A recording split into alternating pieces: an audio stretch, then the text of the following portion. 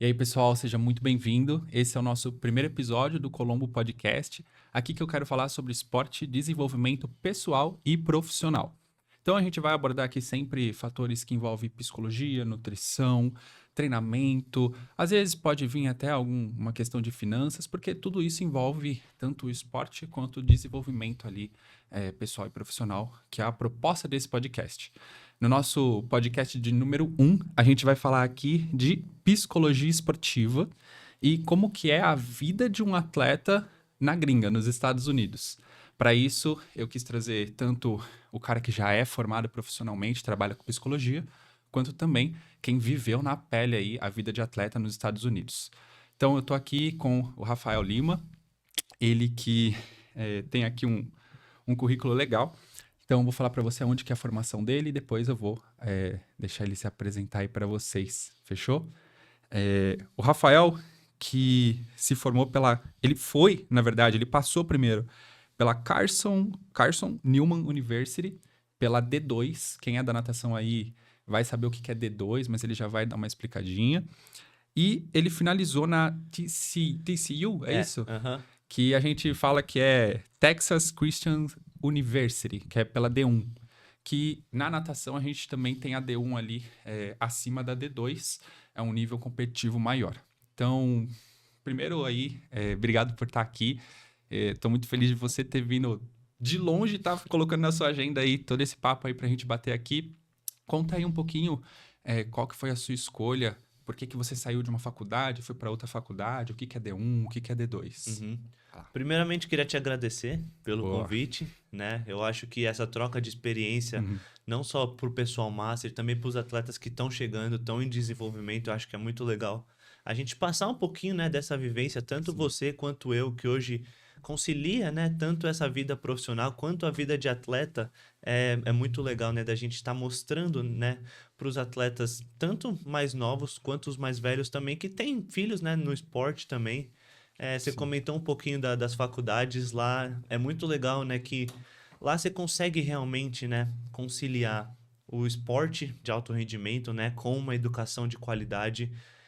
Que eu vejo que a gente ainda tem um pouquinho de dificuldade no Brasil, infelizmente, né? Hoje você ou é realmente um atleta de alta performance, você está no alto rendimento, ou você realmente foca nos estudos e vai fazer faculdade Sim. realmente.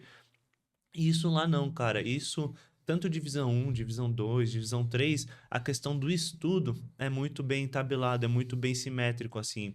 Não muda muita coisa. Lógico que vai sim mudar questão de, pô, ensino um pouquinho mais forte, Uhum. ou a questão da estrutura da faculdade para a área esportiva, isso sim. Para quem está em casa e para quem não entende, como que é dividido, né, lá no NCAA? A gente tem divisão um, divisão 2, divisão 3, né? Esses são o NCAA. A gente ainda tem duas outras ligas, que depois disso vem a NAIA, que é uma Tá. liga inferior também, mas também que é muito competitiva, é muito forte. E depois disso ainda tem a Junior College, Aham. que são normalmente 2 anos. Então, normalmente quem vai para essas Junior College fica 2 anos, né? E depois transfere ou para uma NAIA ou para uma liga de divisão da NCAA. Aham. Mas é muito Sim. doido, né? Esse D1, D2, D3, o Sim. pessoal não entende. Divisão um, né? Que a Divisão um conta com várias conferências. Eu acho que, se eu não me engano, são 8, 9 conferências no total. Só que lá tem cinco, a Power 5 que a gente fala, né? Que são Aham. as conferências top 5, que isso engloba é, a Universidade da Flórida, Tennessee, todas realmente, a minha estava numa Sim. delas. Então, cada uma dessas Power 5 é uma conferência. Então, a gente tem a Big 12, que era a minha, que eu competi. A gente tem a Pac-12, a SEC, a ACC. A ACC tem a Georgia Tech, do Caio Pumputz, do pessoal dos brasileiros Sim, lá. sim. E a gente ainda tem a Pac-10. Então, Nossa, tem bastante é coisa. muita faculdade, é muito doido, Sim. realmente. E sem essas Power Fives, a gente ainda tem as Mid-Majors, que são as Uhum. faculdades divisão um, mas que não são as Power Fives, que não são as mais... O que é as Power Fives? É as que têm mais dinheiro, têm mais Sim. investimento. É Então, como se a gente trouxesse aqui a Power 5 é tipo o Esporte Clube Pinheiros, o Minas Tênis Clube, o SESI São Paulo, esses uhum, clubes que são de elite, é como se fosse lá, isso, né? exatamente. Aham. Legal. Tem até uma coisa que até pontuar, que eu achei legal. Eu tô um pouquinho por dentro do esporte universitário lá, mas eu não sabia, por exemplo, para mim era o NCAA e eu não fazia ideia que tinha as outras Aham. duas versões. Você pode explicar um pouquinho melhor, tipo, qual que é a diferença do NCAA? Por que que o NCAA seria o top? E por que Uhum. que acho que é Junior que você falou, Sim, aham. ela não seria tão top quanto um NCAA? Por que Uhum. isso? Porque lá, como que você vai para uma NCAA? É combinação de notas da escola, né? Sim. Diploma mesmo, seu histórico do ensino médio, e a combinação de quão bom você é na natação ou no seu esporte, né? Aham. Então você combina esses dois e, pô, eu consigo ir. E também tem o terceiro fator, que é o seu investimento.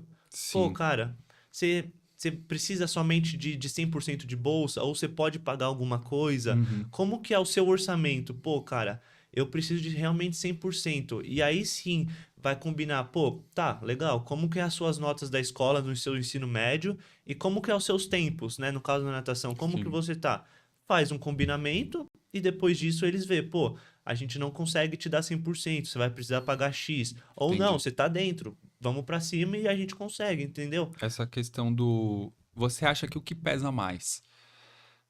As notas, o cara Uhum. ser um cara, mano, muito bom de nota, ou ser ferrado de natação? Cara, eu falo, a gente tem uma consultoria, né? Eu falo para todos os atletas, não adianta só você ser muito bom na natação, Aham. porque para você ir para lá, você tem que ir bem nas provas acadêmicas mesmo, que, Sim, por exemplo, tem o SAT, o TOEFL, o Duolingo, que são sim. provas que você faz aqui e manda a sua nota para lá, entendeu? Aham. E mesmo, pode ser o Michael Phelps. Se você não atingir a nota mínima da faculdade para entrar, vamos falar, é 70. Aham. Se você não atingir os 70, a faculdade não consegue te colocar Não para dentro. adianta, né? Então eu falo, Caramba, cara, velho. você tem que ter um Uhum. mínimo de pelo menos passar na prova. Sim. Mas eu falo, cara, o quanto mais você se dedicar na escola, no ensino médio, para ter um histórico escolar muito bom e atingir essas notas das provas, mais bolsa você vai conseguir. Nossa, É velho, uma, que legal. uma matemática bem simples nesse Sim, quesito. porque a gente fica vendo, assim, eu como leigo aqui no Brasil nessa questão, a gente vê os filmes americanos, e é como se o atleta que vence, ele é rei lá, e assim, independente da nota, o cara é bom como atleta Uhum, e não ligam. Mas isso faz muita diferença, né, essa questão de estudos. E é até interessante porque aqui você comentou a realidade que é, ou você pensa no esporte ou você pensa no estudo. É muito uhum, difícil conciliar isso. Eu, por um lado, eu atleta, quando eu tava ali no ensino médio ali, que era a época que eu queria mais os resultados de performance, cara, eu botei na minha cabeça que eu queria ser atleta olímpico e eu, assim, larguei, entre aspas, o estudo, né? Meus pais, óbvio, que nunca deixaram eu largar de aham, fato, mas, assim, eu poderia ter sido melhor nos estudos e não era porque eu queria focar. Às vezes eu faltava na escola para treinar, e fazia essas questões. Porque na minha cabeça eu também queria ir pra fora, uma uhum, época. Eu falei, meu, se eu nadar muito, é impossível um lugar desse não me pegar. uhum, Mas aí você me fala que importa tanto assim o estudo junto com o tempo, isso é uma coisa muito legal, até mesmo pra quem uhum, tá assistindo, que às vezes pensa nisso, né? Isso é uma coisa muito importante. E até essa questão, orçamento, eu até pus aqui. Um orçamento assim, vamos falar que você é para uma faculdade que não é a top, uhum, mas ela é razoável. Quanto você acredita que seria um orçamento para um atleta assim, nível final de brasileiro? O cara é final uhum, de brasileiro aqui, ele tem notas ali na média, uhum, beleza? Quanto você acha que seria mais ou menos assim pra galera que tá assistindo ter uma noção disso? uhum. Bom, vamos falar que final de brasileiro e ele pegou as notas mínimas para ir, entendeu? Aham. Cara, eu falo que pode variar muito entre US$ 2.000 no ano, US$ 3.000, vai depender realmente da faculdade. Sim. Porque como que eles fazem lá? Eles querem montar o melhor time. É igual aqui, os caras Sim. querem montar o melhor time com menos de investimento possível. Sim. Então é uma negociação, cara. Eu tenho esses tempos, eu tenho essas notas, eu posso pagar X. Pô, ele tem um atleta que tem esses tempos, essa nota, mas pode pagar mais. Entendi. Entendeu? Ele vai montar o time que Uhum. realmente ele fique mais forte gastando menos. Então Sim. é muito variável. Eu tenho amigo pra lá que já foi com 100% de bolsa. Eu tenho amigo que foi pra lá pagando 2.000. Eu tenho amigo pra lá que foi pagando 8. Sim. Então vai depender muito da faculdade mesmo. Perfeito. E sempre a gente tá falando de 2, 8, é em dólar. Em Sim, dólar. aham. Aí depende da cotação também que tá ali Sim, atualmente, aham. né? Legal. O orçamento inicial, isso daí é um orçamento que você diz você foi e você se mantém lá. Você Uhum. diz pagando a faculdade, comida, essas coisas assim. Você, Sim, você junta isso. isso é muito legal que você está perguntando, Aham. porque a gente tá conversando com bastante pais, né? E eles perguntam exatamente isso, cara. Como que é? É US$ 8.000, vamos falar que é US$ 5.000 no ano. Isso Certo. é pro ano inteiro. Mas Tá. o que engloba? Eu ainda vou ter que pagar moradia, eu ainda vou ter que pagar comida. E não, é realmente o contrário. Esses US$ 5.000 vai englobar alimentação, moradia, as aulas, os livros, Sim. os treinamentos, lógico, né? Em alguns casos tem seguro-saúde incluso. Sim. Então, quando a gente põe realmente na ponta do lápis, cara, sim, US$ 5.000, a gente converte ali a 5, vai para 25 mil no ano. Mas é pro ano, entendeu? Sim. Quanto. Parar pra pensar aqui, não fica tão diferente dependendo da faculdade, universidade que você Sim. escolhe, sendo atleta, porque o custo de atleta é caro aqui Uhum. também. Então acaba ficando a mesma, né? E depende também, óbvio, o atleta. Ele tem a vida de atleta dele e o que ele vai fazer fora isso. Uhum. Às vezes pra uma festinha, vai comprar alguma coisa ali, vai sair, Uhum. vai almoçar. Pode ser que aumente mais, pode ser que aumente menos, né? Depende muito. Sim, Sim. exatamente. Porque eu falo, o que você vai gastar fora disso é o que você vai fazer no final de semana. Pô, você vai num cinema, você vai num Uhum. parque, você vai comer alguma coisa diferente, aí sim. Sim. Mas realmente, quando tá isso, pô, e é muito legal a gente falar que tem a opção de você fazer, pô, de ano a ano, um contrato de ano a ano. Isso é o Uhum. que a gente faz bastante, de, pô, como que é o seu contrato? É de ano a ano? Se você nadar melhor, vão te dar mais bolsa? Você tem essa Entendi. possibilidade? Foi o que aconteceu comigo. Eu Aham. fui pra lá, eu acho que eu tinha que pagar entre 3 e 4 mil no ano na Carson Aham. Newman, né? Foi a primeira que você foi, a Carson. Exatamente, a Tá. divisão 2. E ele falou, pô, se você nadar bem, se conseguir melhorar as notas, eu te dou mais bolsa, não tenho Aham. problema. E foi exatamente o que aconteceu. Eu nadei lá, nadei muito bem, eu realmente mudei de nível lá quando eu fui. E o cara falou, Rafa, e eu pedi mais bolsa, cara, eu já sou o melhor do time, eu bati o recorde, tem como a gente negociar? Aí ele, cara, eu consigo, eu vou te dar 100% tudo, só que eu cheguei num nível que eu sempre quis ir pra divisão 1, né? Sempre foi o meu sonho, porque eu queria realmente competir com os melhores, estar competindo com o campeão olímpico e vivenciar. Eu tava muito bem na Carson Newman, então eu pesei na balança, pô, eu vou ter 100% aqui. Aí eu consegui ainda 100% na TCU, consegui uma ajuda de custo lá, acho isso legal depois a gente comentar. É, e aí eu falei, pô, eu vou ter 100% aqui que eu já tô acostumado, ou eu vou ir pra TCU com 100% de bolsa também, só que é o meu sonho, né, ir pra divisão 1. Aí eu falei, pô, eu vou ter essa ajuda de custo lá, eu posso ter um rendimento acima na natação. Só que isso, cara, é muito variável. As pessoas Sim. acham hoje em dia, pô, divisão 1 é muito melhor, sabe? E hoje, cara, tem divisão 2 que dá de lavada em É. divisão 1 e eu sempre deixo isso bem claro. Vai depender muito do programa que você escolher, o técnico. Eu Sim. gosto de técnico que é amigo fora da natação, Sim. sabe? Que se preocupa com você fora. Então, eu gosto dessa relação mais próxima com o Aham. técnico. Sim. E isso eu senti muito quando eu troquei de faculdade. Porque, cara, lá na Carson Newman, eu era muito amigo do head coach. A gente realmente, pô, domingo a gente ia jantar fora, a Sim. gente ia no outlet da Nike. Legal. Era realmente Sim. uma relação de amigo mesmo. Aham. Aí eu fui pra uma divisão 1 que, cara, sabe, é muito performance, sabe? Todo mundo é igual, não tem esse negócio. O técnico que eu treinei no meu primeiro ano, que foi o técnico do Cielo, tudo, ele, cara, era sensacional nesse Aham. quesito, sabe? Pô, como que você tá fora da água, como que você sabe, tá tudo bem em casa, tá tudo bem, Uhum. relacionamento, essas coisas, como pessoa mesmo, sabe? Ele tratava você como pessoa. E eu me Sim. dei muito bem com ele. Só que eu treinei um ano com ele e ele depois saiu. Foi treinar Hum. clube, né? Foi treinar clube. E aí eu não me adaptei muito bem com o outro técnico, com o head coach também, porque era um negócio, tá, a gente não vai fazer nada diferente. Lá eles têm muito disso no time. Aham. Pô, é pra fazer isso? Tá, não interessa se você tá morrendo no treino ou se você tá indo muito bem. O que é pra fazer. Não tem isso de meio Uhum. termo, sabe? Sim, sim. Óbvio, tem muitos técnicos, tem os old school, né? Tipo, que curtem mais essa questão de mano, preto no branco. Vai lá, no pain, no gain, e é isso. Tanto que até uma versão, eu tento até eu, como treinador, trazer uma versão mais amigo. Eu não sei se ainda 100% se eu tô atingindo isso, mas é meu objetivo a longo prazo. E, assim, me chamou muita atenção quando você falou que o técnico perguntava como que tava fora, né? Porque às vezes tem uma mentalidade errônea que eu acho que não é só do nosso eu atleta no esporte, é em tudo, é no mercado de trabalho e tudo mais, que as pessoas falam, deixa os seus problemas em casa e venha fazer o que você tem que fazer aqui. Só que, meu, não tem como a gente apertar um botão, meu eu atleta ativou, meu eu não atleta ativou, as coisas estão ligadas, né? Como que você acha que isso influenciou positivamente para você? Você ter um técnico que olhava para você e falava, ei, como que tá na sua casa? Você sente falta da sua família? Ou, enfim, como que foi essa experiência, assim?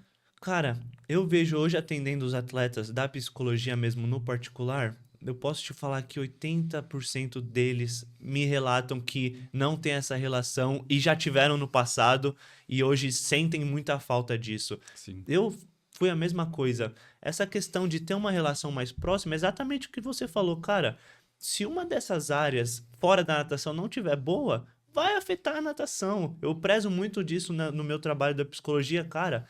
Se a sua versão aluno, sua versão filho, sua versão namorado não tiver muito bem alinhada, vai afetar a natação uma hora. Sim. E quando isso afetar, vai virar uma bola de neve, entendeu? Por isso que eu gosto de realmente, pô, como que você tá em todas as áreas? E foi exatamente isso que eu sempre me dei bem com os meus técnicos. Os técnicos do Corinthians, meus técnicos da Carson Newman, esse técnico realmente do que treinou o Cielo, e todos eles sabiam muito bem manejar o atleta, sabe? Aham. E lógico, também você tem que fazer por onde, né? Se ele vê que você não quer nada com nada, ele vai Sim. deixar você de lado. Isso é em tudo. Isso é uma coisa assim, assim, eu vejo hoje como eu tive minha versão atleta construída, que ela foi a base para me tornar o meu eu treinador. E como eu ainda sou atleta, eu ainda tenho a mentalidade de atleta.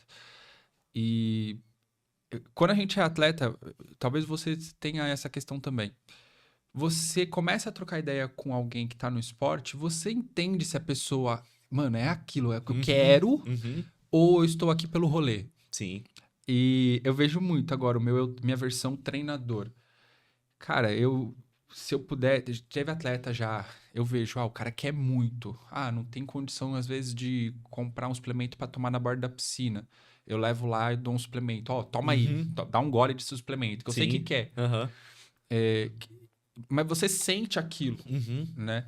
Não dá pra ser algo forçado de, o técnico chega, ele abraça a equipe inteira, vamos ter amigos todo mundo, uma família. Porque você é uma via de duas mãos, né? Exatamente. O atleta que quer muito, o técnico também quer muito Aham, resultado. é. E a gente começa a pensar como equipe, quando eu olho pra minha equipe, ali no dia a dia eu tenho 30 atletas na piscina. Como que eu vou escolher qual que eu vou dar mais atenção?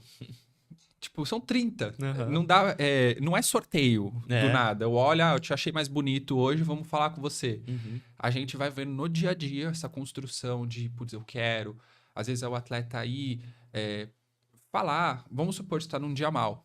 Eu vejo muito isso. Eu tenho um atleta específico que às vezes faz isso. Ele chega em mim todo dia e fala, Gabriel, hoje eu tô mal, mas eu vou fazer o melhor que eu posso. Então, por mais que ele tá dando um tempo horrível ali, ele tá estranho, eu falo, tá bom. Qual que é o seu melhor hoje? É um padrão técnico?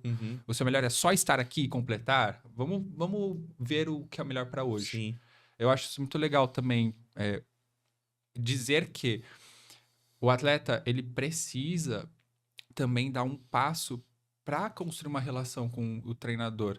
Não só esperar, às vezes, o treinador ir para cima, porque a gente tá ali no dia a dia olhando Sim. e muitas vezes você falar uma palavra com ele vai criar esse laço. E aí, enfim, isso aqui linkando, eu vou até aproveitar o gancho. Você falou uma hora que você mudou de nível indo pra lá. Seu sonho é sempre ser da D1. Sim. Pra você sentir que mudou de nível sua natação, o seu eu, enfim, o que você acha que tem de diferente lá que não tem aqui no Brasil, que fez você mudar? Cara, isso bastante atleta que eu atendo me pergunta. Pô, o que que tem de diferente dos Estados Unidos pro Brasil? Cara, eu acho que foi a primeira coisa a mentalidade. Eu não falo nem que eu mudei de nível quando eu fui da divisão 2 pra divisão 1. Eu Aham. não falo nem disso. Quando eu realmente fui do Brasil pra lá. Porque eu vejo que aqui eu tava fazendo muito um copia e cola todo dia, Sim. sabe? Pô, eu tô indo aqui e eu sempre fui o cara muito certinho, sabe? É pra dormir esse horário? É pra dormir esse horário. É pra comer isso? É pra comer isso. Eu nunca fui de sair, sabe? Então, eu sabia que eu já estava Uhum. atingindo o meu potencial, porque não tinha mais coisa pra gente fugir, né? Aham. Porque eu sempre tentei atingir tudo ao máximo aqui. Eu falei, cara, quando eu fui pra lá, eu realmente entendi o quanto eles prezam pela técnica, fundamento. Cara, eu melhorei muito de fundamento. E realmente cara, pô, é realmente performance todo dia. Só que, pô, não é só, pô, você tem que ir bem na água. Cara, Aham. acabou o treino ali 7 da manhã, você ainda tem 2, 3 aulas no dia e musculação à tarde, treino à Uhum. tarde. Não é que, pô, eu vou lá treinar e acabou meu dia. Sim. É realmente ser bem, fazer as coisas bem em todas as áreas, sabe? Exatamente. Isso daí que você falou de fazer bem. Você falou várias coisas que eu quero pontuar, mas Aham. é fazer bem em todas as áreas. É, muitos atletas às vezes pegam assim, vamos pegar o exemplo do que eu dou treino hoje. Uhum. É das 15 às 18, são 3 horas ali dentro do clube. Uhum. E é como se o treino é das 15 às 18. Ele não começa antes e não tem depois. Uhum. Só que é aquela questão, meu, o que você come, o que você consome de conteúdo, tudo, absolutamente tudo, vai fazer você mudar sua performance. Uhum. E às vezes é aquela coisa que eu tento bater muito na tecla. Vamos supor, às vezes, 3 horas da tarde é a preparação física da galera. Você chegou 12h40. Por que você já não vai colocando a garrafinha? É aquela Uhum. mentalidade de eu já vou me preparando para quando chegar o momento de atingir o meu 100% eu estar Aham. preparado. Isso até reflete na competição, se parar pra pensar. Eu Sim. creio que você, como você falou que você sempre foi muito certo nessa questão. Uhum. Posso estar errado, mas eu acredito que você devia. Você vai competir um campeonato X. Você abriu o balizamento pra saber mais ou menos a sua série, Uhum. pra saber aonde você vai cair na raia, pra você se organizar às vezes.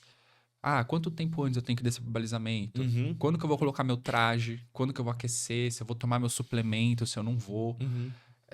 Provavelmente você tinha esses rituaizinhos que você vai construindo porque é a sua característica Sim. de ser organizado.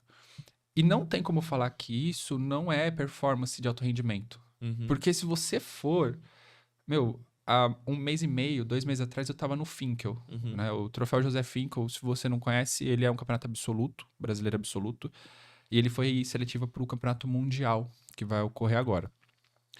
Eu encontrei ali os melhores nadadores do Brasil ali para competir, e você vê, meu, os caras todos que estão ali. Só o cara que só tem o índice é o cara que vai pegar o Mundial. Eles são muito bem organizados de, meu, esse é o horário de comer, agora você vê antes de cair na água. Tá fazendo uma mobilidade, tá fazendo uma borrachinha, tá se organizando para saber a hora que vai. Uhum.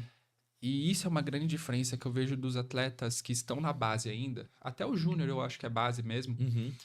Às vezes chega em competição e, meu, fica ali na arquibancada, tá rolando a competição, não tá olhando o que tá acontecendo. Uhum. Eu vou puxar um jogo aqui, vou ficar jogando enquanto eu É. espero. Mas você não. Como que você ativa a sua mente? Uhum. Sabe?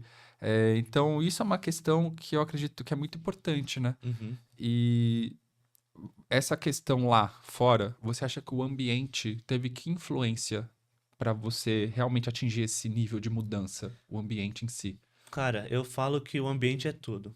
É Uhum. aquela famosa frase clichê, né? Você é a soma das 5 pessoas que você mais está ao redor. Sim. Eu gosto de falar um pouquinho variável dela, porque eu acho que você é a soma do que você consome na internet.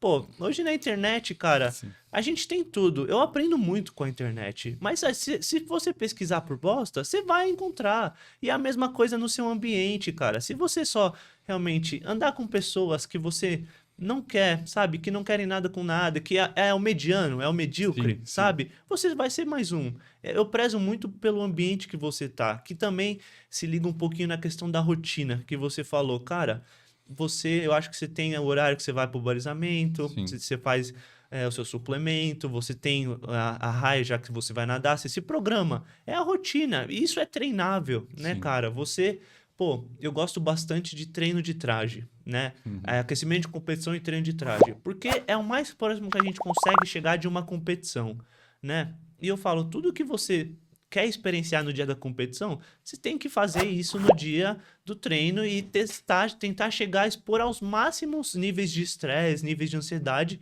que você vai Exatamente. experienciar no dia da competição, Uhum. né? Lá nos Estados Unidos, eu gosto bastante que eles competem bastante, né? Tem muita competição. No semestre ali, que são 6 meses, acho que a gente compete ali umas 6 vezes, 7 vezes É no uma coisa pra semestre. caramba. É, tinha vezes que eu competia a cada 2 semanas. Uhum. E isso lógico, tem vezes que eles nem usam traje, tem vezes que é só de sunga. Aí sim, aí são várias variáveis, mas você está sempre competindo, se expondo não somente ao estímulo fisiológico na água, mas Sim. os estímulos externos, que é, pô, você vai ouvir música, como que você fica? Você fica ansioso?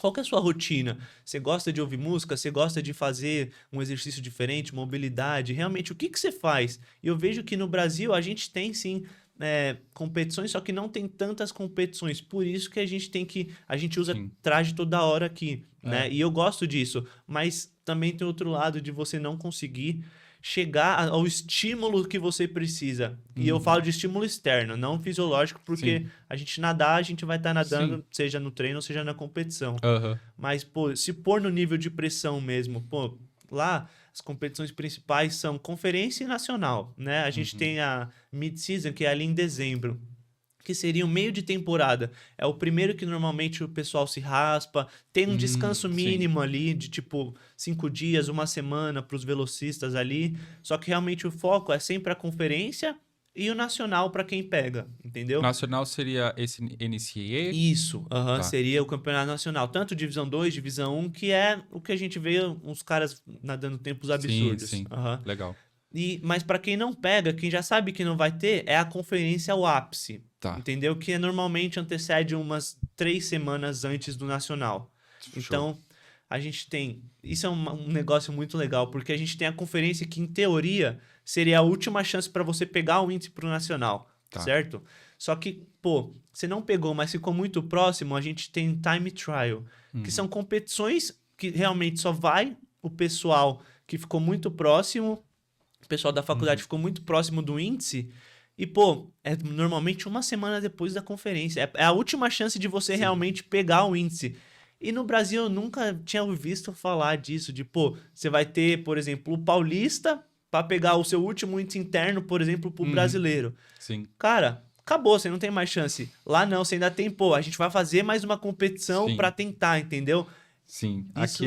eu vejo, por exemplo, essa questão de fazer o índice no Paulista, por exemplo, é na cagada, se cai na data. Uhum. Exemplo, esse ano, agora, vai. Eu sei que as inscrições do Brasileiro Juvenil é até dia 25 de novembro. E o Uhum. Campeonato Juvenil acontece no dia 14 de novembro.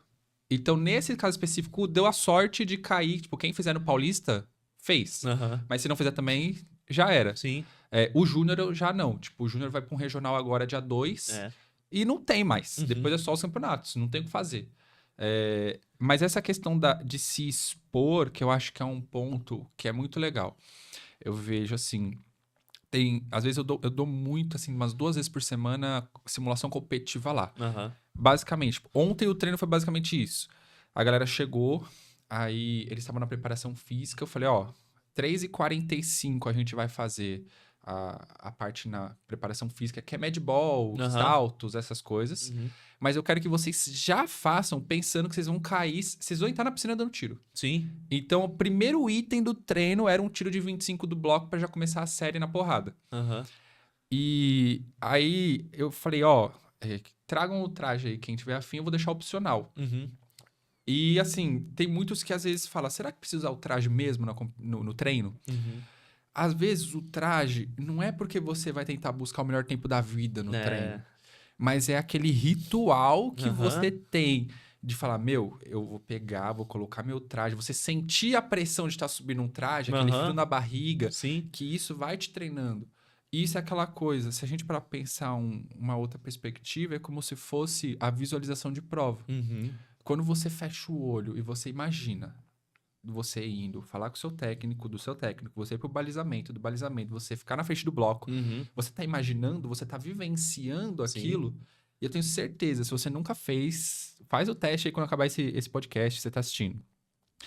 Fecha o olho e imagina com maior riqueza de detalhes o dia da sua prova. Você fazendo a melhor prova da sua vida. A gente sente aquele frio na barriga. Sim.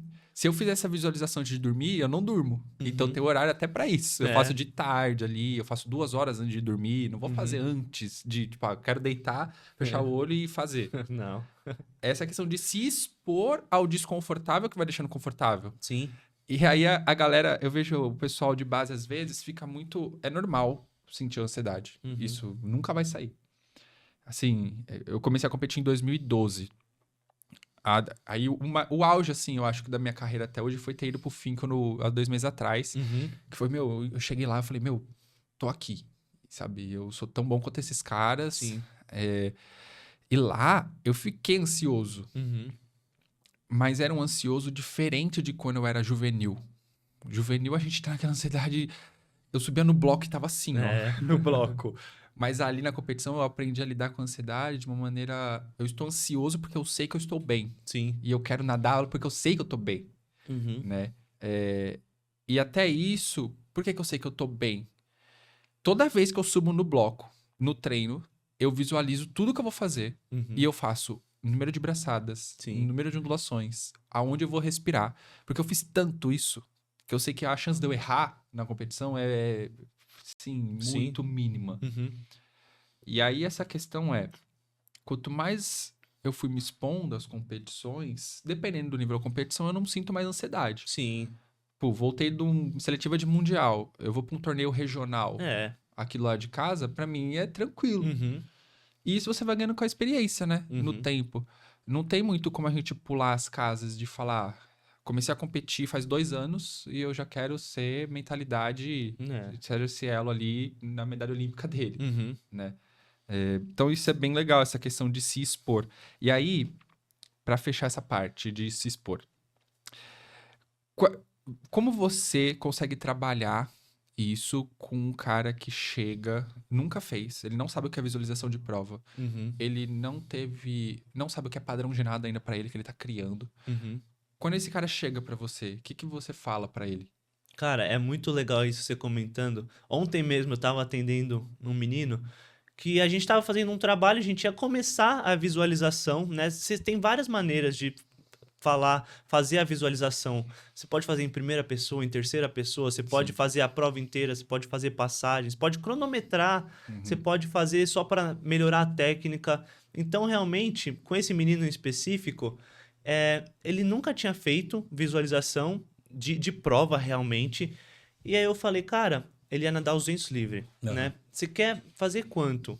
Ah, eu quero fazer X. Só que aí eu falei, tá, você tem que fazer quanto em cada 50, né? Porque nada mais é do que a gente quebrar em partes o que você vai querer fazer no dia, né? Uhum. E aí ele tinha falado, acho que queria fazer 40 em cada 50, né?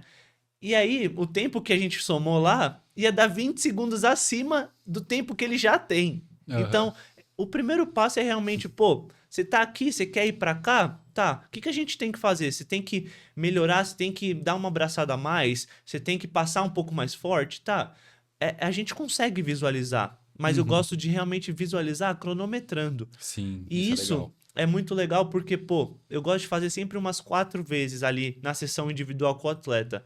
E, cara, é muito legal porque, por exemplo, na primeira vez, ou ele vai fazer muito rápido, ou ele vai fazer muito devagar, comparado com o tempo que ele já tem ou com o tempo que ele quer fazer. Sim. Na segunda vez, vai dar o inverso. Se ele fez devagar, ele vai fazer rápido depois. Uhum. E aí, na terceira que começa a se ajustar. Pô, eu nadei muito rápido, o que eu fiz? Eu me Sim. perdi, por exemplo, vamos falar que é um 50 livre.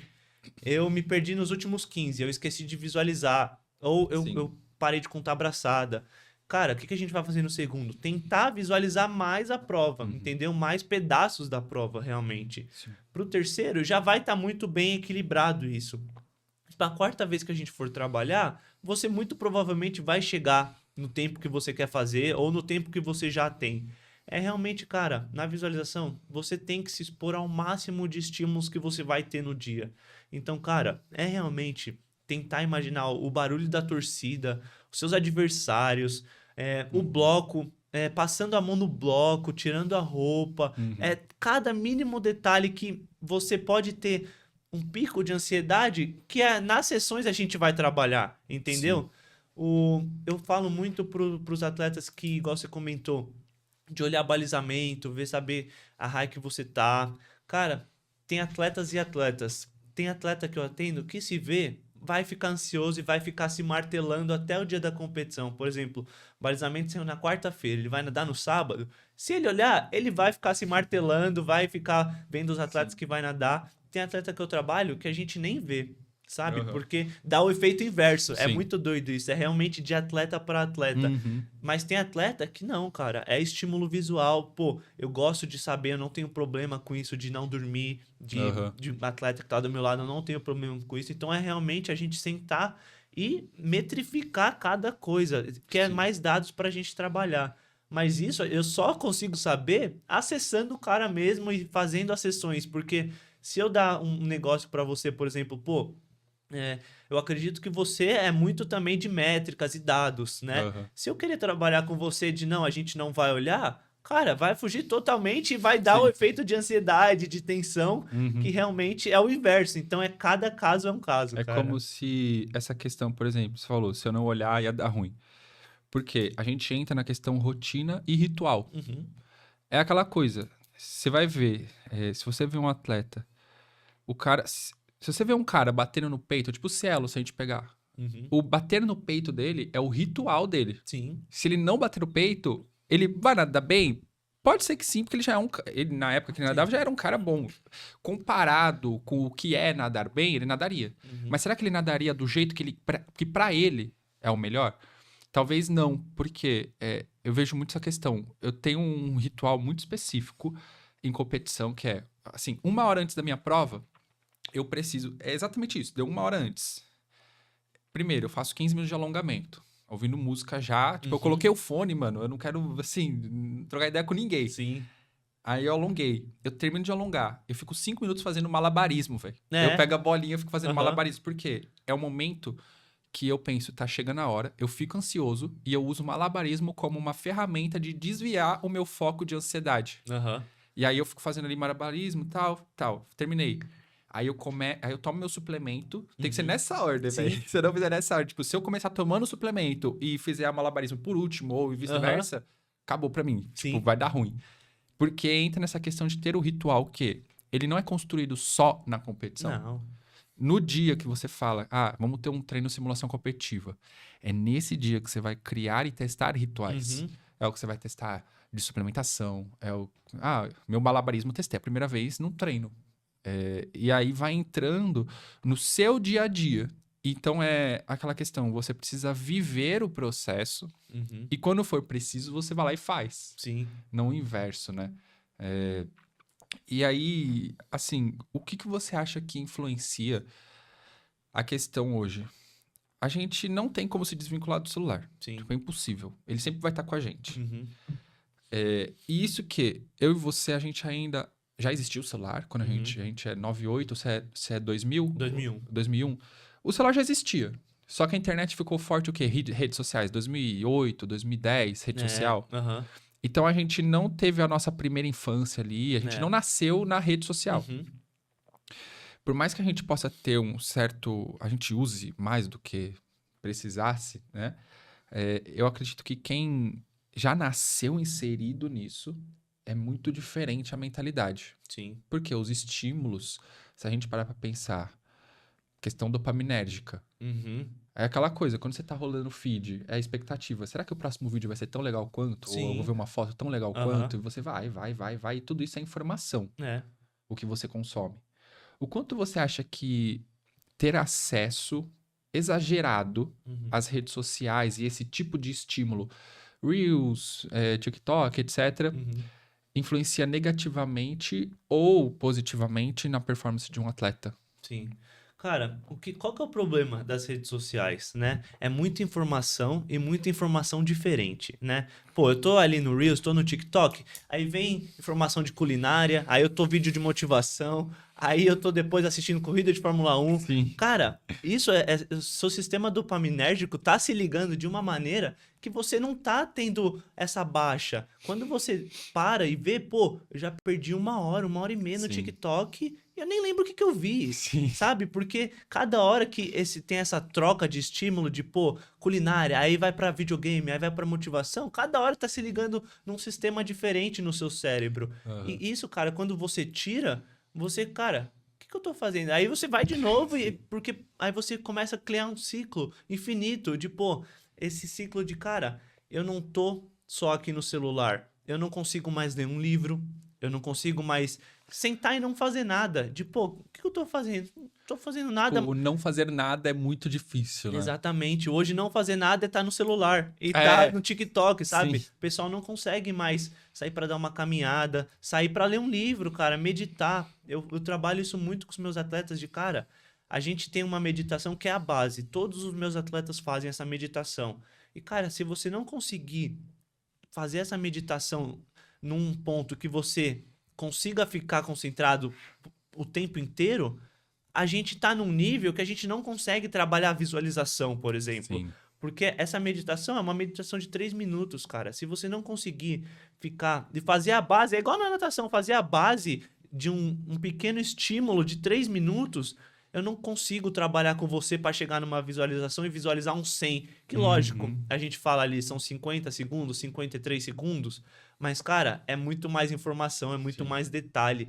A gente tem que realmente se imaginar cada Sim. detalhezinho. E isso é, igual eu falei, cria um ciclo infinito de, pô, mídia social, aí você tira, você se sente entedioso. Aí você vai nadar, você não sabe porque você tá ficando ansioso. E Uhum. eu trabalho muito de, cara, as expectativas. Eu falo pra eles que as expectativas estão correlacionadas à frustração. Tem uma coisa de você, pô, porque competição de natação é diferente de outros esportes, porque natação é normalmente 5 dias de competição, Aham. né? Você chega lá, normalmente tem atletas que vão nadar no último dia. Uhum. Cara, como que você realmente desliga o seu foco da competição durante esses 3 dias que antecedem 4 dias? Isso é para caras que realmente sentem a competição, de, pô, Sim. eu tô aqui, eu tenho que performar, sabe? Uhum. São casos assim diferentes que, pô, eu gosto de trabalhar, é meio doido que eu vou falar aqui, de cara, leva o seu videogame pra competição, que a gente sabe Da hora. naquela, né, janela Aham. o que eu quero, o que eu mais quero é que você não pense na competição. Porque, igual eu falei, o cara vai nadar no último dia ou no meio da competição, ele já tá há 3 dias ficando louco, Uhum. sabe? Ele já tá há 3 dias, cara, o que eu vou fazer no 200 peitos que eu vou nadar daqui a 3 dias? E, cara, eu falo, pô, leva um videogame, leva um baralho, sabe? Sim. Realmente faz amizade, porque, cara, se você só ficar, pô, martelando na competição, vai chegar no dia da Sim. competição, você não vai dormir bem no dia anterior, você não vai conseguir performar porque você ficou pensando realmente muito na sua prova. Uhum. Mas isso não é para os meses de treinamento, isso é totalmente diferente. Uhum. Eu acredito que são duas mentalidades. Uma para a época de treinamento e uma para a época de competição. Cara, você tem que controlar tudo que você consegue controlar nos seus meses de treinamento, dia após dia, cara. O que você tá fazendo? Você tá dormindo no horário certo? Você tá comendo o que você tem que comer? Você tá treinando o que você tem que treinar? Uhum. Isso na sua semana, né? Qual que é o seu objetivo a curto prazo? Para daqui essa semana, final da semana, você quer completar o quê? No final do mês. Porque eu vejo muitos dos meus atletas, cara, qual que é o seu objetivo? Ah, moleque de 12 anos, pô, eu quero ser olímpico, né? Eu quero jogar no Real Madrid, quero ir pra seleção brasileira. Cara, é muito legal você ter esse objetivo, cara, a Sim. longo prazo. Mas realmente, o que você tá fazendo na sua semana, no seu dia a dia? O que você tem de objetivo a curto prazo? Pô, cara, eu quero pegar um índice de paulista. Eu Uhum. quero medalhar no paulista. Eu quero medalhar no brasileiro. E aí sim a gente vai conquistando essas pequenas vitórias diárias que eu chamo, Sim. para assim você se manter motivado. Porque Sim. senão, no longo termo, você vai entender que, cara, pô, eu quero jogar no Real Madrid. Eu quero ser olímpico, tá? se você não tem outro objetivo, vai passar 6 meses, 1 ano, que é difícil a gente realmente ver um boom que você vai ter um resultado que vai alcançar isso. Sim. E você não vai ter mais motivação no longo prazo para realmente querer alcançar esse objetivo, porque você não vai estar vendo sucesso momentâneo, né? Que são essas pequenas vitórias, cara. Sim. Até porque, me corrija se eu tô errado, mas o ser humano, a gente tem muita dificuldade de recompensa a longo prazo. Sim. Uhum. Então, por exemplo, essa questão de pequenas vitórias diárias, eu vejo. Minha meta, a gente estava conversando antes de começar a gravação que eu quero ir para 2028 seletiva olímpica. Uhum. E meu foco, claro, se eu vou para seletiva, eu acredito que eu posso chegar numa Sim. Olimpíada, senão não faria sentido É. eu ir, né? Mas, óbvio, esse é o meu a longo prazo, Uhum. pensando daqui 4 anos. Mas quais são os pequenos passos que eu preciso dar antes?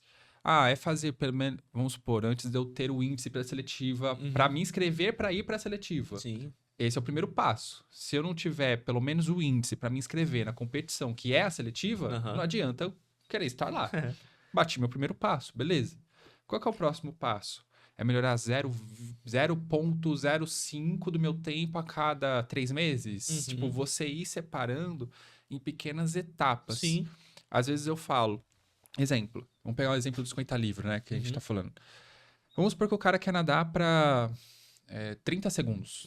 30 segundos. Qual que é o primeiro passo pro cara nadar para 30 segundos? Se ele não fizer um 25 metros abaixo de 15, dificilmente ele vai fazer 30 segundos. Porque, tipo, ele não vai fazer 15. Sim. Tipo, não tem como dobrar.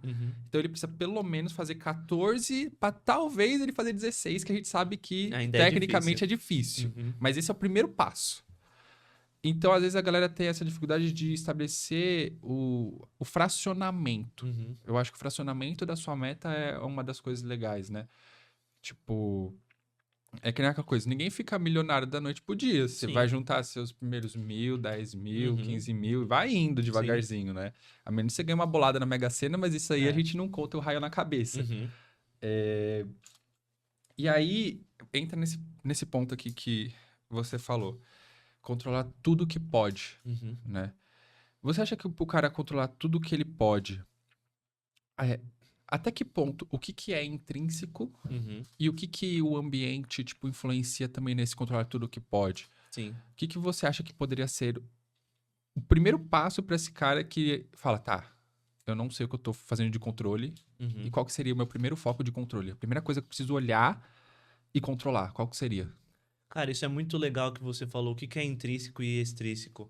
Porque tem vários estudos que analisam as pessoas que são egocentristas. Que caras que estão preocupados, ao invés de estar preocupado com o resultado delas, elas estão preocupadas se elas vão ganhar do cara do lado, se elas vão satisfazer o técnico, se elas vão atingir as expectativas dos pais, muitas vezes, né? Então, muitas vezes, nessas pessoas que estão muito mais voltadas pro ego delas, acabam focando muito mais nos fatores externos do que realmente as pessoas que focam nos fatores internos. Eu vejo muito essa questão da motivação interna. Pô, o que te move? Porque motivação é um motivo para ação, né? Sim. É um motivo para se fazer alguma coisa. Pô, você comentou essa dificuldade que a gente tem de ver recompensas a longo prazo. Cara, exatamente isso, porque você não tá tendo essa recompensa a curto prazo, né? A curto prazo que a sua motivação vai se manter ali num nível mínimo para você realmente fazer a ação que é ir nadar e treinar todos os dias, por exemplo, né? Você não tá vendo resultado agora, mas, pô, você quer daqui 3 meses no campeonato baixar seu tempo. É a mesma coisa, pô, você não baixou aqui, você tem que ter sim uma cabeça muito boa, uma motivação muito boa de, pô, não baixei aqui, mas nessa aqui vai dar. Cara, quem não tem esse controle emocional, não baixa a competição aqui, pô, na próxima já não vou conseguir. Talvez eu nem continue mais, porque tem essa questão de, cara, o que tá te movendo, né? No mês a mês, na semana após semana. Você tá vendo essas pequenas conquistas? E eu vejo, cara, isso talvez não possa ser somente relacionado ao esporte, né? Às vezes, uma área, pô, eu fui muito bem na escola, tirei 10. Pô, isso já melhorou o meu dia. Eu já vou treinar mais feliz, eu já vou me esforçar mais no treino. Ou no mesmo lado também, cara. Nadei muito mal, o treino foi um porre, foi muito forte. pode afetar a escola se realmente não tiver esse controle emocional. Sim, exato. É, cara, isso é uma bomba de informação, porque você vai falando, vai passando todo o filme na cabeça do que a gente pensa quando tá mais, tipo, entra no esporte, Aham. inicialmente e tal. É aquela questãozinha que você falou dos atletas mais novos chegar falando, tá, eu quero ser olímpico, jogar no Real Madrid e tudo mais. E eu vejo muito disso mesmo. Mas esse motivo para ação, essa motivação é aquela coisa. Você precisa ter. Tem um livro que eu li se chama A Única Coisa. Uhum. E nele ele fala muito de princípio, propósito e prioridade. Então, o princípio é como se fosse aquela questão da motivação em si que a gente está falando. O seu propósito seria, eu acredito, no meu ponto de vista, que o propósito é o mais importante para ser a base de Sim. tudo que envolve. Uhum. E aí sim você estabelecer as prioridades Sim. que vem. Então, se a gente trouxer para o cenário de atleta, por exemplo, tá, você entrou numa equipe. Eu acredito que o ambiente em si, todo ele, vai fazer você querer estar ou não. Uhum. Primeiro de tudo, eu enxergo que assim, você entrou numa equipe. O que que vai te fazer querer fazer parte da equipe? Primeiro são as pessoas, Sim. seus amigos que você faz ali, se você se dá bem com o treinador ou não. Aí ainda envolve quanto que você tem apoio familiar ou não Uhum. em questão a isso. E depois vai entrando aquela questão de você estabelecer as prioridades. Que seria, minha prioridade é o treino, então eu preciso deixar de ir numa festa. Minha Sim. prioridade é comer aqui, então eu preciso, por mais que eu queira sair um pouquinho aqui nessa dieta, eu não posso. E muitas vezes as pessoas invertem os papéis de às vezes querer colocar prioridade na frente de não ter motivação ainda, Uhum. né? Por isso que eu acho que funciona tão bem quando você pega uma pessoa sedentária. Por que que o CrossFit deu um boom uma época? Não é que o CrossFit é o melhor esporte do mundo. Ele é bom pra caramba como qualquer outro esporte. Uhum. Mas por que que ele deu um boom uma época? Porque envolvia grupo, comunidade. Sim. A pessoa entrava ali, naquele horário ela sabia que ia encontrar as mesmas pessoas, o Uhum. mesmo professor, aos poucos ia fazendo amizade e isso envolvia um ambiente que eu não quero ir, mas aquela pessoa vai estar lá, Sim. ou meus amigos mandaram mensagem pra eu ir, Uhum. e entra naquela questão de se relacionar com as pessoas certas. Sim. Então, você pode ser um cara, mano, muito talentoso, mas você ser o melhor amigo é aquela pessoa que tá no esporte mais pela zoeira, Uhum. não quer atingir o resultado que você tanto almeja. Sim. E se você fizer amizade com uma pessoa que acha que é impossível pra uma Olimpíada, que Uhum. tem que nascer sendo talentoso, você provavelmente não vai pra Olimpíada se você continuar sendo amigo dessa pessoa. Sim. Isso é absolutamente, muda Uhum. muito, né? E, cara, a princípio, assim, aí a gente entra, questão, chegando aqui numa parte importante. Metas a curto, médio e longo prazo. Uhum. A gente deve começar tendo uma a longo prazo e quebrar ela, fracionar ela, Uhum. ou a gente precisa começar com uma meta pequena e ir aumentando ela? Pra Sim. você, o que você acredita que funciona mais, ou o que você já testou na Uhum. galera e tudo mais? O que eu vejo mais com os meus atletas é eles têm uma meta a longo prazo, né? Uma meta muito grande, que a Sim. gente realmente vai quebrando elas. Mas isso é muito de pessoa para pessoa, igual eu falei. Tem atletas que não gostam de ter realmente, que não tem essa meta a longo prazo. Rafa, eu tô no esporte pelos meus amigos, eu tô no esporte porque minha mãe me colocou Sim. e eu tô feliz aqui, sabe? Eu quero melhorar meu tempo aqui, eu quero nadar bem o Paulista. As crianças menores falando agora, né? Eu Sim. quero nadar bem o Paulista. E eles realmente ainda não têm, né, essa, pô, nesse mês eu vou nadar para tanto. Eles não têm esses dados, essas Uhum. métricas muito bem inseridas. Nesses casos, a gente vai sim, pô, eles têm a longo prazo, mas está muito ainda abstrato na cabeça deles, Sim. né? O que a gente mais vê hoje em dia é moleque despontando, né? No infantil, ali no juvenil, mas que realmente, por muitos dos casos, ou não tem uma base familiar muito bem estruturada, Sim. ou tem um burnout, não quer mais nadar porque despontou muito cedo e não Uhum. tinha essa motivação, esse apoio familiar, esse ambiente, né, a longo prazo de, pô, tá, você tá com isso agora, a gente vai reajustar a rota para assim continuar a nossa jornada até o júnior, o sênior. Que, cara, eu falo, a hora de se dar resultado é no júnior e sênior, né? Você tem que começar a despontar ali no júnior, porque, cara, se você desponta muito cedo, lógico, a gente sempre quer nadar rápido. Sim. Isso é do ser humano, a gente é competitivo, Sim. né? A gente sempre quer nadar rápido. Mas eu vejo muito problema de atleta que desponta muito cedo, muitas vezes pelos pais. Os pais querem mais que a criança. Sim. Eu falo por experiência própria. Eu nunca fui atleta de destaque nas categorias de base. Eu fui ganhar uma medalha de brasileiro, a minha única medalha individual, no Juvenil 2, que eu ganhei uma medalha de 200 medley e também no Júnior 1 foi a minha única medalha de brasileiro. E, cara, eu nunca fui destaque nas categorias de base, mas igual eu falei, eu sempre fui o cara que fez tudo muito certo. Cara, eu não tô vendo o resultado aqui, mas a natação era a minha vida e é minha vida ainda. Sim. Eu vou fazer o que tem que fazer porque eu sei que se eu continuar aqui, eu vou ver resultado. E foi exatamente o que aconteceu. Eu fui dar um boom ali, que eu realmente bati os recordes da faculdade, realmente comecei a me destacar no cenário nacional. Foi com 19 anos, 18 anos que, pô, foi quando eu realmente encaixei as coisas que tinham que ser encaixadas. Questão de realmente academia, eu sempre fui muito magro, muito mais fraco que meus adversários, eu sempre treinei muito bem. Pô, era questão de endurance, eu tava muito bem na época do Corinthians ali, a gente sabia que a gente treina muito. Em comparação com os Estados Unidos, eu treinava menos lá em questão de volume. Nos Estados Unidos. Isso, eu vim do Corinthians, a gente treinava ali 5.500, 6.000 por sessão, né? Quando Sim. tinha dobra mais uns 3.000. Você sabe, Em você dia, treina lá. em dia de dobra, eu era da Velô, eu nadava 50, 100, 200 peito na época, mais pra 100 peito. Meu, na base, eu acho que eu rodava 8 a 10K com dobra, juntando a dobra. Já teve sessão só de 10. E chegava no específico, era aquele 4,5, 5, caindo na longa e tinha dobra de 3. Sim. Então era isso aí, 7, 8 mil por dia, quando tinha dobra. Em dias que não tinha, batia 5 em média. Sim. Era isso daí, disso daí. Foi isso mesmo, porque na época do Corinthians era mais ou menos essa metragem. Quando eu fui pra fora, eu entendi, pô, eu tenho que pegar um pouquinho mais de massa, porque lá é muita explosão, piscina de 25 jardas, a gente traduz para uns 23,5 mais ou menos. Sim. Então é muita explosão. A gente abaixou um pouquinho o volume de treino, ainda na época da Carson Newman tava treinando com o fundo 2 vezes por semana, então eu ainda rodava bastante nesses 2 dias. Quanto de metragem dava lá?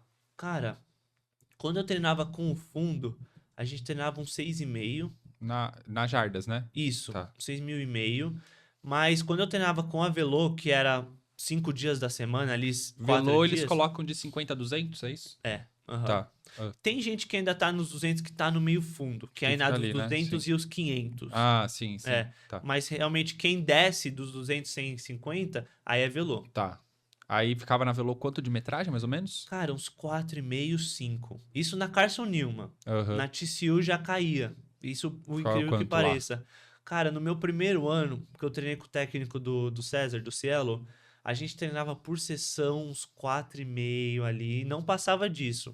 Mas você diz, tipo, independente, tá? Tinha base específica, essas coisas assim? Tinha. Isso cara, isso a gente percebe muito do técnico.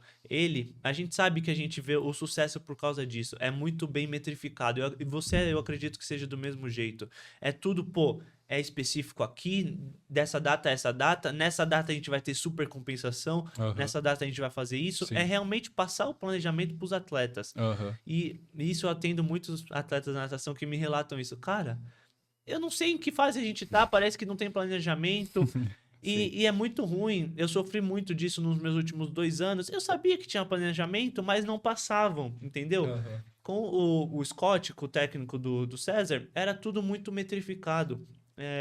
Eu tava até comentando com você antes que, cara, lá foi realmente um negócio que eu nunca tinha visto na vida em questão de treinamento de velocidade. Tinha dias que eu ia pro treino, por exemplo, o meu normal era fazer 10,0 de 25 do bloco. Era o meu normal. Se eu fizesse ali 10,5, por exemplo, 2 vezes, eram 4 de 25, vamos se falar. Se eu fizesse 10,5, 10,5, eu já ia embora pra casa. Me fala pra você parar. Mas não era vai embora pra casa que você tá uma bosta. Sim. Não, cara, vai pra casa porque você vai descansar, porque Sim. velocista não consegue nadar rápido se estiver cansado. Exatamente. Né? É a básica da fisiologia humana. Sim. Você tem que estar descansado para nadar rápido. E eu sei que você é do mesmo jeito. Até puxando essa parte, já vou aproveitar a parte e puxar a fisiologia um pouquinho, né? Que eu gosto de falar. Isso foi uma das coisas que quando eu assumi a equipe competitiva, foi muito difícil e ainda está... Não foi 100% introduzido, eu não consegui colocar 100% na cabeça da galera, que velocista não é no pain no gain. É. Não adianta, mano. Se você tá mal, se você nada 50 100 livre, principalmente, Uhum. qual que é a questão? A gente treina. Aí a gente tá... Imagina que seu nível de cansaço tá aqui. O treinamento vai induzir você ter um estímulo até aqui. Uhum. E aí você tá sobrecarregando o seu corpo. Libera cortisol, que é o hormônio do estresse, libera tudo isso. E aí seu músculo leva de 24 a 78 horas para É. sair do estado de inflamação para voltar para cá para você dar outro estímulo. Uhum. E aí uma coisa que acontece muito, velocista muito, eu faço lá no Juventus. Vai ter competição sábado. Sexta, que nem quinta eu dou o último questão de estímulozinho ali. Vamos fazer uma passagem do bloco, uma coisa assim. E sexta eu falo, gente, é opcional. Se você quiser ir, você vai, mas você vai assim, entrar pra fazer palmateio, Uhum. educativo. Você não vai fazer tiro do bloco. E no início foi muito assim, meu, como assim não vai ter treino antes? Eu vou perder sensibilidade, eu vou sei lá o quê. Entra muito nisso. Só que eu vejo, a velocidade, você tem que estar 100% fisicamente ali. Uhum. E às vezes eu falo para um atleta ir embora descansar e no início, agora eles já entendem, né? Uhum. Mas no início eles ficavam chateados, tipo assim, É. putz, tá me mandando embora, eu sou um bosta, sei lá o Aham. quê. Deu, não, cara, vai lá, você vai pra sua casa, você vai comer bem, você vai alongar, você vai fazer Uhum. tudo isso. Entra até essa questão, o descanso, o que você faz antes, tipo, quando você não treina? Exemplo da sexta, se vai ter competição sábado. Você não vai treinar, mas você vai comer melhor, você vai se hidratar melhor, você vai alongar melhor, Vai dormir mais. vai dormir mais. Você vai organizar sua bolsa já pro dia seguinte, pra você não acordar, nossa, ansioso, Sim. tô atrasado e tudo mais. Então, é aquela questão de ser atleta fora. Sim. E aí, dito isso, tem uma coisa que eu anotei aqui que eu não quero deixar passar, que eu acho que é um dos pontos pra gente finalizar essa conversa, que eu sei que a gente vai falar e ainda vai dar mais uns minutinhos aí. Muitos atletas, eu tenho certeza que tem muito atleta que vai assistir isso que é de base, Uhum. né? E tem muito essa questão comparação. Eu vejo agora como treinador de borda ali, eu treino do juvenil ao sênior, mas nas competições às vezes tá a equipe infantil ali junto, eu vou em competição que tem petis. Uhum. E isso sempre vai ter um cara que sempre se destaca muito, uma menina que sempre se destaca muito. Sim. Eu vou falar um ponto de vista fisiológico e depois você vai completar com a parte psicologia, enfim. Uhum. Do ponto de vista fisiológico, por que tem atletas que ganham tudo? Eu vou dar um exemplo de um menino, eu não me lembro o nome completo dele, acho que era Lucas o primeiro nome, ele era do Paineiras, ele era Juvi1, assim. E ficou muito gravado na minha cabeça, porque o menino foi para um brasileiro, lá, infantil, ele ganhou dos 50 livre ao 1.500. Tipo, 50 livre, 100 livre, 200, 400, 1.500, o cara ganhou tudo. Você olhava pro menino, ele tinha 13 anos, 14 anos e já tinha 1,90 m praticamente, Uhum. menino, tipo, desenvolvido. E a grande questão é, fisiologicamente, a gente tem um período de maturação. Sim. Então, a maturação é basicamente assim. A gente nasce, aí vai ter a primeira infância, a segunda, a terceira infância, você vai crescendo e o seu corpo vai ficando mais forte, mais resistente. Por exemplo, é mais fácil trabalhar flexibilidade entre os 10 e 13 anos do que você trabalhar com 25 anos. Uhum. Só que com 25 anos é mais fácil você atingir a potência máxima, ser um nadador de 50 livre de 25 anos, Sim. do que quando você está com 13 anos. Uhum. E a questão é, cada um vai desenvolver de uma maneira. Por que que no infantil juvenil sempre tem um cara que desponta muito? Geralmente, você observar, vai ser aquela menina ou aquele menino que é um pouco maior que outros, é um pouco mais forte que outros, Uhum. que conseguiu desenvolver mais rápido fisiologicamente, mas depois, lá no Júnior 1, Júnior 2, começa a equiparar. Porque quando chega no Júnior 2, principalmente, todo mundo já maturacionou. Sim. E aí não tem mais essa diferença gigantesca. Tanto Uhum. que esse menino, eu não sei como ele está hoje, eu acho que ele foi pra fora. Ele deve ser muito bom, né? Mas provavelmente se ele cair num brasileiro júnior, você não vai ver um cara no brasileiro júnior ganhar os 50 livre 1.500. Sim. Não existe isso. Uhum. É que nem você hoje, se vê as Olimpíadas. Você não vai ver um cara nadar o 100 livre e ele ganhar o 400 livre. Sim. Não dá mais Uhum. pra fazer isso. E aí, eu pus aqui. Qual que é, na sua visão psicologia agora, o problema de despontar muito cedo ali no infantil juvenil? Uhum. Qual que é esse problema pra ti? Cara, acho que o que eu vejo é o problema principal é um aumento de expectativa muito cedo, um aumento de pressão. Sim. Porque tem a pressão que o atleta se põe de se desbancar muito cedo, porque, Aham. pô, fui campeão brasileiro no Infantil 1, eu tenho que ser campeão brasileiro no Infantil 2, eu tenho que ser Sim. campeão brasileiro no Juvenil 1, e assim por diante. Tem a pressão dos pais, né? Pô, você foi campeão, você tem que continuar sendo. Lógico que muitos pais hoje já estão entendendo, né? Que, pô, Sim. o quanto mais você pressionar, normalmente, pior é pro atleta, né? Uhum. Mas é realmente essa questão de colocar expectativa. Pô, como que o atleta lida com essa expectativa de, pô, eu despontei muito cedo, né? E, pô, eu ganhei infantil, ganhei juvenil, ganhei júnior, e vamos falar que no júnior 1 ele parou. Como Sim. que ele lida com isso?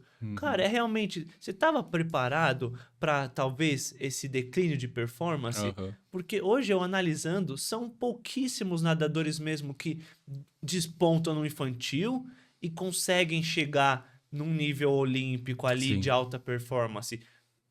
Se a gente pôr realmente no gráfico, é muito maior o número dos que despontam no infantil e não chegam nem no júnior ali Não tá nem nadando muitas das nadando, né? vezes. Às vezes parou, foi Sim, fazer outra coisa, porque não aguenta mais, né? E a exatamente. gente começa até a comparar, que nem da minha época que eu lembro, que eram os caras do momento, assim, talvez vocês saibam, você vai saber com certeza. Na minha época, era o Brandon, Aham, meu, o menino despontou e segurou e foi pro Olímpico, sim. Mundial e tal. Beleza, despontou. Eu lembro que tinha o Felipe Ribeiro, ele Uhum, ainda nada, se eu não me engano, sim. eu vi ele andando esse ano, ele também, eu lembro que foi o primeiro juvenil a fazer 49 de 100 livre na longa. Uhum, Meu, quando eu tava lá assistindo, foi incrível assistir sim. aquilo.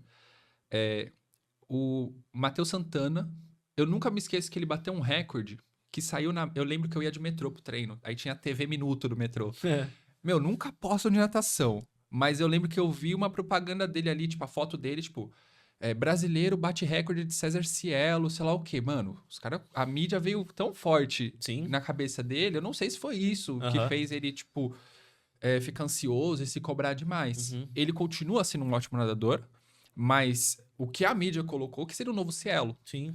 E a gente. Essa questão de muita expectativa. O atleta já tem a muita expectativa dele. Uhum, Aí vai ter, dependendo da família, depende de cada caso, né? Tem família que entra mais, entra menos, aquele pai que vai assistir, ou às vezes não. Tem a pressão equipe que sempre vão falar: Ó, fulano vai nadar, vamos parar pra assistir. é. E uma coisa que é muito forte é a mídia social hoje. É? Meu, você vê assim, o menino que desponta, as redes sociais são muito fortes. Sim. Então é muita página já, vai ser publicidade, às vezes tem uma marca que vai querer te patrocinar e tudo Uhum, mais. Fulano é muito bom, enfim.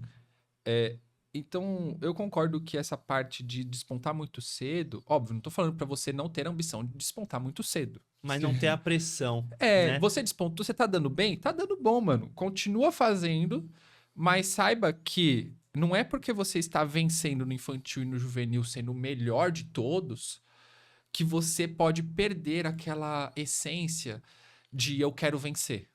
Porque, tipo, você tá aqui, você quer vencer. É muito treta você chegar aqui. Mas é mais difícil ainda você se manter. É, Porque o cara que tá em segundo, em terceiro, ou até o cara que tá em décimo, né? ele tá com aquele ódio de que eu quero ser o campeão. Sim. Aham. Então, é controlar essa questão. E agora, falando para os atletas que não despontaram e assistem esses caras despontando e fala, meu, eu sou tão ruim assim, é duas coisas. Primeiro, você pode não ter maturacionado ainda o suficiente fisiologicamente, mas isso vai acontecer e não tem como falar quantos anos que vai ser. É. Existe uma média. Em média, é de 15 a 17 anos, acabou. Mas tem gente que vai acabar com 19 anos, tem Sim. gente que vai ser com 13 anos. Isso é muito individual, biológico. Então é saber que precisa dar tempo ao tempo e o momento de você realmente falar, cara, eu preciso performar é ali no júnior, quase. Eu diria que o júnior 1 é o momento de você começar já a pensar diferente, Sim. mas não tá tudo acabado se você não performa no júnior 1. E o Júnior 2, sim, aí sim você fala, Sim. cara, agora ou vai ou rala. Tipo, Uhum. é isso. É. E até é interessante falar isso, porque, que nem eu lembro que meus primeiros resultados, ok, de pegar uma final, paulista, medalha e tal, foi no Júnior 1. Uhum. Júnior 2, eu não consegui porque junta as É. categorias. Então, assim, o tempo... Eu nadei melhor no Júnior 2, depois do Júnior 1, mas ele não era suficiente Sim. pra pegar medalha porque tinha os caras do segundo Tinha um ano. cara mais velho já. Aí, no segundo ano de Júnior 2, eu não fui bem. Eu fiz a troca de clube que pra mim não deu certo. Uhum, E meio que aumentei muito meu tempo. uhum. E aí, eu troquei de prova no sênior. E agora, eu tenho 26... Vou fazer 26 esse ano. É isso, 26 anos. E esse ano é o meu melhor da minha vida de carreira de tudo agora. Uhum. Tipo, que criei consciência de tudo isso assim, sabe? Então, basicamente isso. Eu acredito que a gente conseguiu abordar o grande essência do negócio. Eu Uhum. gostei de a gente ter puxado essa parte agora que a gente tá falando no final, de despontar muito cedo. Sim. E se a gente fosse falar muito disso, a gente faria outro app disso. É. Então, você tem alguma palavra final sobre isso? Uma questão que você queria pontuar sobre isso? Cara, a gente falando da natação, né, que a gente sabe que é um esporte pequeno no Brasil, né, e a gente sabe que tem essa questão de, pô, despontou muito cedo, já vem patrocínio, já vem publicidade, e realmente coloca mais pressão, né, nos seus ombros, né, quando você é muito novo, né, e eu atendo bastante atleta do futebol, atleta Uhum. menor assim também, que, cara, futebol é um negócio à parte, no Brasil especialmente. Cara, menino com 10 anos, 11 anos, fechando com um empresário, aí já tem patrocínio da Nike, da Uhum. Adidas. E, cara, isso muitas das vezes eles nem são os melhores. E muitas das vezes eles mesmos me relatam, cara, por exemplo, eles jogam no Corinthians e num Paralelo, que é um time de fora mais baixo, assim, que é realmente pra eles pegarem condicionamento, pegar a noção da bola e essas coisas. Eles me relatam, Rafa. Eu não faço o que eu faço no Paralelo, eu não faço no Corinthians porque eu não tenho, eu tenho essa vergonha, eu tenho medo de errar, eu tenho essa pressão porque o meu empresário fala que eu tenho que jogar bem, meus pais, porque se eu não jogar bem, eu saio do Corinthians, Aham. entendeu? Sim. E nesse Paralelo não tem isso, porque lá é nada, né? É um jogo Uhum. qualquer assim, por um time menor, e lá sim, eles dão os dribles, vai pra cima, Sim, entendeu? sim. E tem essa reação de, cara, no Corinthians eu não sou eu. Não sou o cara que eu não treino do mesmo jeito, eu não jogo igual Aham. quando eles são menores. Lógico que quando vai ficando mais velho, não tem mais o paralelo. Sim. Então, eu vejo que isso, essa maturação muito cedo, é essa questão de, cara, quanto mais pressão e expectativa você coloca no atleta menor que não sabe lidar com isso ainda. Sim. Legal. Bom, quer deixar suas redes sociais aí pra galera? Fala aí. Galera, minhas redes sociais é Rafa com PH, né, ponto .lp, né? Eu faço serviço de psicologia esportiva para atletas, né? E se você tiver interessado, tem meu site lá, ou me manda uma mensagem no Instagram, a gente pode conversar, tá? Eu sempre tô postando vídeo lá, se você tiver interesse também me segue lá e vai ser muito legal. Perfeito. Bom, então a gente acaba de chegar aqui ao final do nosso primeiro episódio. Eu espero que você tenha pego algum insight que vai trazer para sua vida, vai transformar ela aí de uma maneira melhor, mais positiva. E comenta aí, não esquece de curtir, né? Isso é muito importante. E espera aí seu feedback. Fechou? Não deixe de comentar o seu feedback, o que você mais gostou desse episódio, porque a gente pode fazer um outro episódio puxando algum tema que você curtiu mais e gostaria que a gente explorasse melhor. Fechou? Muito obrigado aí e até a próxima. Valeu. Valeu.